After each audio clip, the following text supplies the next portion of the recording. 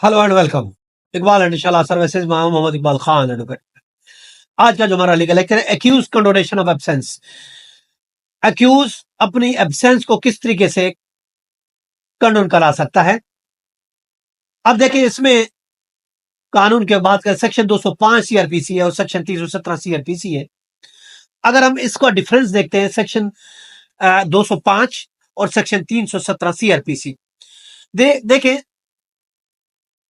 Section 317 जो है ये वो सेक्शन है जिसमें कंडोनेशन हो सकती है, जज कर सकता है, चाहे मजिस्ट्रेट है या फिर सेशन जज है। 317 सेक्शन वहां लगता है और 205 सेक्शन सिर्फ और सिर्फ मजिस्ट्रेट के पास रहता है। पहले तो आपको ये डिफरेंस बता दे। अब एक्यूज अपनी कब ये सीख कर सकता है कंडोनेशन या एग्जम्पशन कि मैं केस में अपेयर नहीं हो पाऊंगा, कोई मेरा इश्यू है, तो कोर्ट उसको एग्जेप्ट कर देती है। क्योंकि क्रिमिनल केस में हर डेट पर एक्यूज को कोर्ट में अपेयर होना पड़ता है। अगर वो डिस्पेंशन चाहता है कि मैं हाजिर नहीं हो सकता, मुझे छुट्टी दे दी जाए, मैं केस में नहीं आ पा सकता, तो कब वो कर सकता है। पहले बात है कोई हेल्थ का ऐसा इश्यू है तो कोर्ट उसको डिस्पेंस कर देगी, उसको रुख्सती उसकी मंजूर कर देगी जब तक केस चलता है। हेल्थ का कोई इश्यू है, इसके अलावा कोई दूसरे मुल्क में वो रहता है, उसके लिए मसला है आने का, या फिर कोई मसला है, ऑक्यूपेशनल हैजर्ड है किसी किस्म की, तो उस सूरत में भी वो ये कोर्ट से ले सकता है। और इसके अलावा खासकर जब ये कोविड-19 आया था तो उस दौरान भी ये वर्चुअल हियरिंग हुआ करती थी, तो ये चीजें भी उस सूरत में हो सकती है।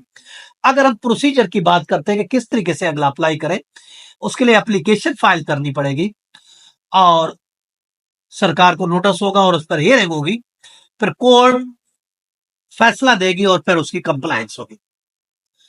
अब किन हालात में पर्सनल अपेयरेंस क्रिमिनल केस में मैंडेटरी होती है, याद रखें। उस सूरत में उसको एग्जेम्पशन उसकी मंजूर नहीं होगी। उस टाइम जब 164 का स्टेटमेंट हो रहा, देखिए 164 स्टेटमेंट के लिए एक्यूज का पर्सनली अपेयर होना जरूरी होता है। इसके अलावा अगर आइडेंटिफिकेशन परेड होती है तो आइडेंटिफिकेशन परेड में भी एक्यूज का लाजमी तौर पर अपेयर होना। और इसके अलावा इश्यू जब फ्रेम होता है, इश्यू फ्रेम के टाइम भी एक्यूज को पर्सनल हाजिर होना जरूरी है। और आखिरी चीज जजमेंट, जब जजमेंट या फैसला होता है तो हमेशा एक्यूज की मौजूदगी में होता है। अब इसके कॉन्सिक्वेंस अगर कोई अपेयर नहीं होता, क्या कॉन्सिक्वेंसेस हो सकते हैं। देखें, बीडब्ल्यू और एनबीडब्ल्यू, बेलेबल और नॉन बेलेबल वारंट जो है 87 सीआरपीसी के तहत इशू हो सकते हैं उस एक्यूज के खिलाफ।